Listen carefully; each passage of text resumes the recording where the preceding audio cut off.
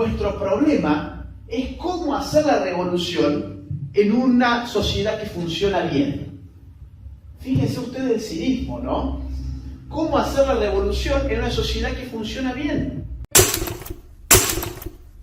¿Quién va a superar cualitativamente estos conceptos de hegemonía? Va a ser una persona que quizás algunos de ustedes lo conocen, y si no es así, les recomiendo leer un poco de esto, que es Gramsci. Yo siempre digo que Gramsci fue tan importante en su teoría precisamente porque no fue filósofo. Como él fue un periodista que trataba de filosofía y trataba de filosofar, malentendió al marxismo y malentendiéndolo lo perfeccionó. Para él jamás se hubiese enmarcado como un marxista heterodoxo. Para él era un seguidor de Marx. Pero justamente no entendiendo en su profundidad a Marx, lo mejoró. Lo adaptó, digamos, a los nuevos tiempos. ¿Por qué? Porque para Gramsci la hegemonía ya no va a ser simplemente la alianza de la táctica de las clases, sino que va a ser el hecho de que una clase social impregne su sentido de la vida, su cosmovisión, sus marcos axiológicos en otra clase social. Él estaba mirando Italia, él estaba mirando la necesidad de unificar al proletariado del norte de Italia con el campesinado del sur. Entonces, ¿qué llamaba? Llamaba a que el proletariado inyectara su visión de ver las cosas en el campesinado, algo que para Lenin hubiese sido absurdo, porque para Lenin, insisto con esto, se trataba de golpear juntos y marchar luego separados. Entonces Gramsci, al concebir la hegemonía ya no como una alianza táctica, sino como una cuestión estratégica, en la cual la lucha ideológica es clave, va a revalorizar ¿qué cosa? Esto, la superestructura, olvidada por el marxismo clásico. ¿Por qué? Porque están hablando ya de ideología. Y para hablar de ideología va a tener que hablar de los mecanismos transmisores de ideología arquetípicos de una sociedad moderna. Va a tener que hablar puntualmente de los medios de comunicación, a los cuales él conocía muy bien, y a las instituciones educativas. Es por eso que Gramsci va a poder concebir la posibilidad de que una revolución sea llevada adelante ya no por una lucha violenta entre clases sociales, sino por lo que él llamó una revolución gradual y pasiva que empezaba en las aulas y en los medios de comunicación. Era una lucha en última instancia de tipo cultural que él llamó intelectual moral. Entonces la batalla cultural que estamos viendo hoy tiene que ver mucho con el pensamiento de Gramsci por ese costado. Y el concepto de hegemonía es clave para entender ese proceso teórico. Pero hay otro gran grupo de pensadores neomarxistas que van a también cuestionar este bloque, digamos, de dos pisos. ¿Quiénes van a ser? La gente de la escuela de Frankfurt. No sé si a alguien le suena acá la escuela de Frankfurt, es menos conocida quizás que Gramsci. Ojo, Gramsci murió preso y sus textos son cuadernos de la cárcel.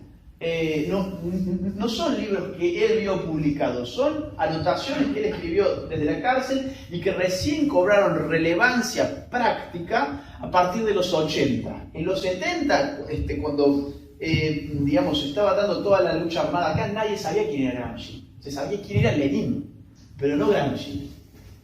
La escuela de Frankfurt es la otra pata del marxismo cultural que hace sus avances teóricos. ¿Para qué? Para relativizar esto.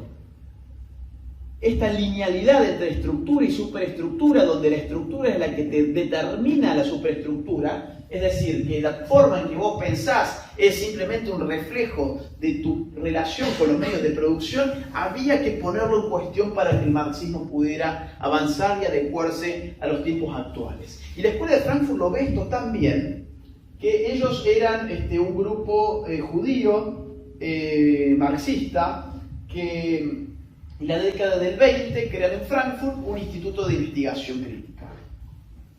El primer financiamiento que le llega a la escuela de Frankfurt fue de Buenos Aires. Buenos Aires recibió el primer financiamiento de un judío que lo que les pidió fue que investigaran por qué en Alemania se estaba exacerbando la cuestión antijudía, el antisemitismo. Y sin embargo, a pesar de que ellos eran judíos, digamos, yo creo que su judaísmo, y esto es una concepción mía, digamos, creo que no pesó en lo que ellos escribieron, salvo en algunas cuestiones, pero no mucho. Ellos eran antimarxistas, y entonces tomaron el dinero de esta persona y dijeron, minga, no vamos a hacer un estudio sobre el antisemitismo, que vamos a hacer un estudio sobre la psicología de la clase obrera alemana. Que quien lo protagonizó, alguien que quizás a ustedes les suena, Erich Fromm, que tiene El arte de amar, El miedo a la libertad y otros ensayos que los pueden conseguir en cualquier librería. El tipo sale a hacer, con la gente de la escuela de Frankfurt, un estudio psicológico sobre la clase obrera, algo que no tenía ningún sustento en el marxismo clásico, porque investigar la psicología era investigar lo que estaba acá. Y para determinar la viabilidad de una revolución no había que estudiar acá, había que estudiar acá. Había que estudiar cómo estaban las contradicciones en términos de relaciones productivas, no en términos de lo que cada uno tenía en su psiquis, porque eso era un reflejo de las relaciones productivas. Entonces, ahí ya hay una vuelta de paradigma y mezclan marxismo con psicoanálisis, que epistemológica y ontológicamente no tienen nada que ver. Sin embargo, lo adoptan porque empiezan a entender que había algo acá que estaba frenando la revolución. Esta gente sigue produciendo, se concentra por ejemplo en temas como la familia, había que abolir la familia porque una de las cuestiones que ellos ven es que la familia estaba poniéndole un freno a la revolución, entre otros tópicos, pero viene la Segunda Guerra Mundial y se tienen que exiliar, no se van ni a Rusia, ni a China, se van a ¿dónde? A Estados Unidos. Y en Estados Unidos los reciben con los brazos abiertos, empiezan a enseñar y aparece sobre todo un personaje que para mí es clave, un pensador, es clave, que es Herbert Marcuse. No sé si les suena. Herbert Marcuse.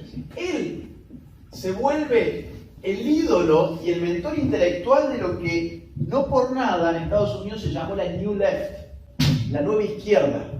Sus textos tienen sobre todo inserción y gran éxito mundial en la década del 60, al punto que las frases de sus libros fueron plasmadas en los grafitis que se pintaron en París durante el Mayo francés del 68.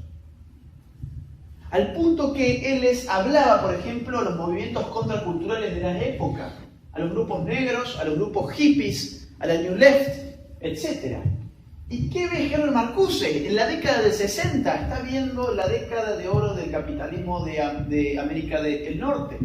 Está viendo un país que en promedio durante toda esa década crece al 5% anual. Un país que tiene un 2% de desempleo. Un país que no conoce el sindicalismo siquiera. O si lo conoce es muy débil, no es como el de Francia, por ejemplo. Entonces lo que Herbert Marcuse dice explícitamente es lo siguiente: nuestro problema es cómo hacer la revolución en una sociedad que funciona bien. Fíjense ustedes el cinismo, ¿no? ¿Cómo hacer la revolución en una sociedad que funciona bien? Si Marx hablaba a los desposeídos, digamos, a los explotados, Herbert Marcuse se refería a los pudientes. Fue la revolución de los que tenían. No era la revolución de los que no tenían, a los que Herbert Marcuse estaba llamando. Y para llamar a la revolución de los que tenían, tenía que olvidarse del problema de las clases. Y él mismo asume: la clase obrera no quiere saber nada hoy con las ideas de izquierda. Nuestro desafío es cómo construir nuevos sujetos revolucionarios. Y para eso, otra vez, ¿a dónde se remite? Se remite acá, a la superestructura. ¿Qué significa eso? Significa empezar a construir contradicciones sociales que ya no tienen que ver con yo tengo y él no tiene. Tiene que ver con las cuestiones culturales, como por ejemplo el género, como por ejemplo las etnias, las razas, etcétera, etcétera. Entonces, mucho de lo que estamos viviendo hoy tiene que ver precisamente con este cambio de paradigma, que es filosófico en sus inicios, pero de que él se deriva que una estrategia revolucionaria. Y no sé cómo voy de tiempo, creo que estoy llegando a los 20 minutos, ¿no? Ok, entonces, para cerrar el círculo, si la estrategia revolucionaria de los 70 se basaba primordialmente en ¿qué? En la violencia, porque no hay que olvidarse que, por ejemplo, para Marx la violencia era la partera de la historia. Para Marx era inconcebible una revolución pacífica.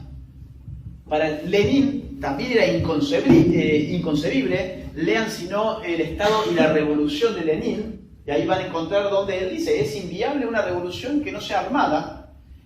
Fíjense, Mao Zedong escribía exactamente lo mismo. Él dice algo así como: la revolución no es ni un banquete, no es un ensayo, no es una obra de arte. La revolución es disrupción violenta. Eso dice Mao Zedong.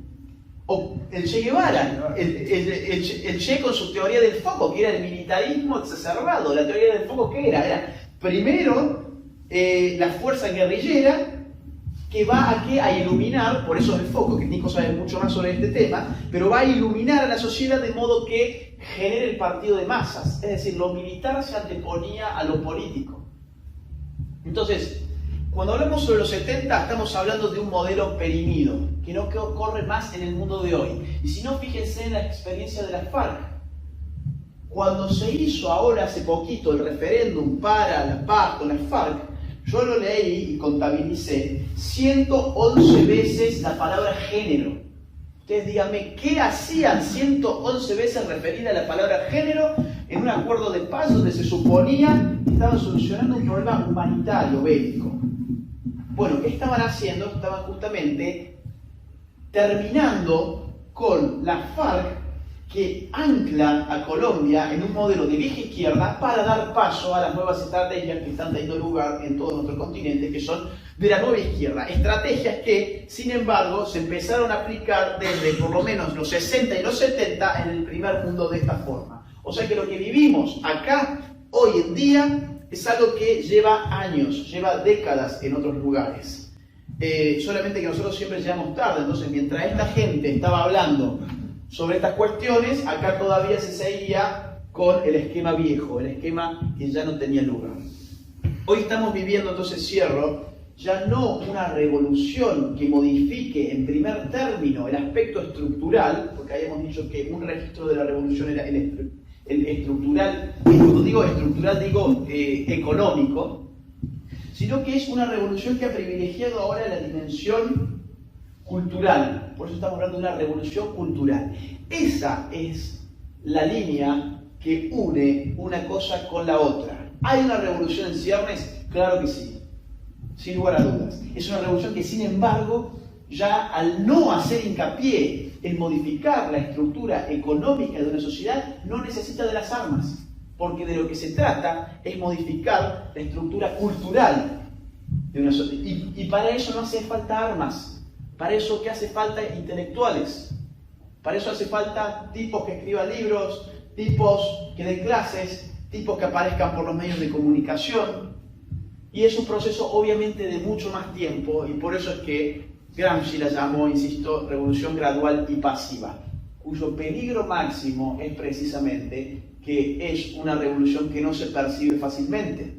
Yo les voy a dar un último ejemplo y con esto cierro. ¿Sabe alguien cómo se cocinan las ranas? ¿No? Bueno, yo nunca... Ahí está, con agua hirviendo, dice. Yo nunca lo hice, pero me lo comentaron y se me quedó grabado, ¿no? La gente que no sabe cocinar las ranas, justamente, y quiere cocinar ranas, como hay que echarla viva, la mete con el agua cuando esté hirviendo. Y la rana pega un salto y hace todo un enchastre, ¿no?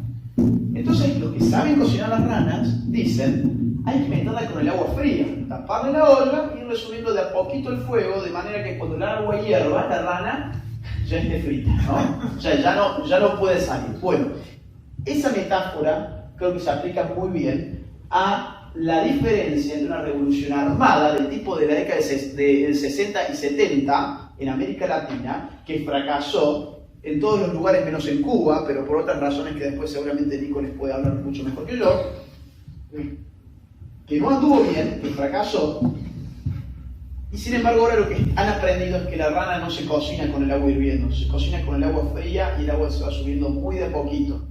Y ahora estamos, a mi juicio, en una instancia donde el agua está empezando a hervir. Y ahí es cuando la gente empieza a reaccionar, y la rana que quiere saltar. ¿Estamos a tiempo? ¿No estamos a tiempo? Bueno, ese es otro tema.